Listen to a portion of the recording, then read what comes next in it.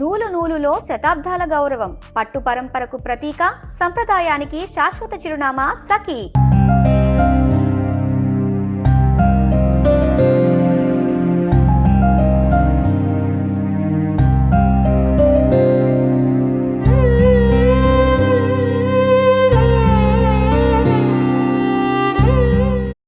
నూరేళ్ల జీవితాన్ని పంచుకోవాల్సిన ఆ ఇద్దరు మూడు ముళ్ళ బంధంతో ఒక్కటయ్యారు. కానీ ఆ సంతోషం మురిసి అత్తారింట్లో అడుగు పెట్టకముందే కాలం వారిపై పగబట్టింది.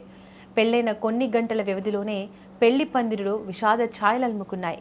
ఒకే ఒక్క కుక్క రూపంలో వచ్చిన మృత్యువు నవవధువుతో పాటు ఆమె తల్లి ప్రాణాలను బలి తీసుకుంది.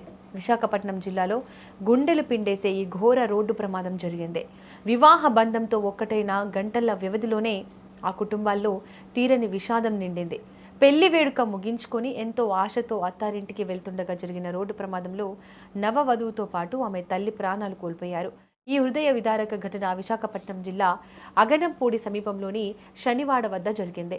వాడచీపురుపల్లికి చెందిన నరసింగరావుకు అగనంపూడికి చెందిన రామేశ్వరికి బుధవారం రాత్రి 1:58 వైభవంగా వివాహమైంది. వరుడి ఇంటి వద్ద పెళ్లి వేడుకలు ముగిసిన అనంతరం గురువారం మధ్యాహ్నం నూతన దంపతులు కారులో వధువు ఇల్లు ఉన్న అగనంపూడికి బయలుదేరారు.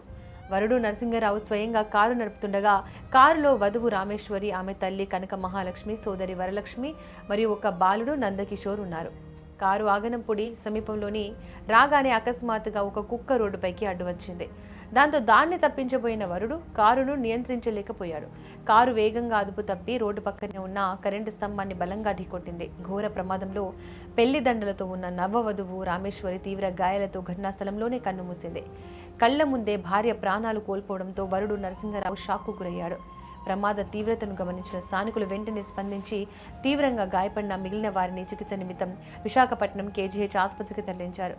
కానీ అక్కడ చికిత్స పొందుతూ వధువు తల్లి కనక మహాలక్ష్మి పరిస్థితి విషమించి మృతి చెందింది.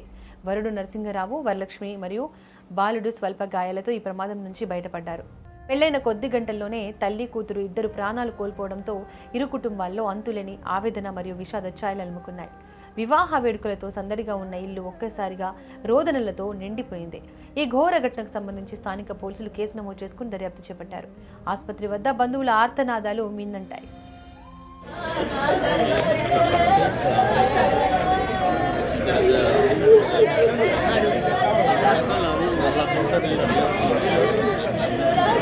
Sorry.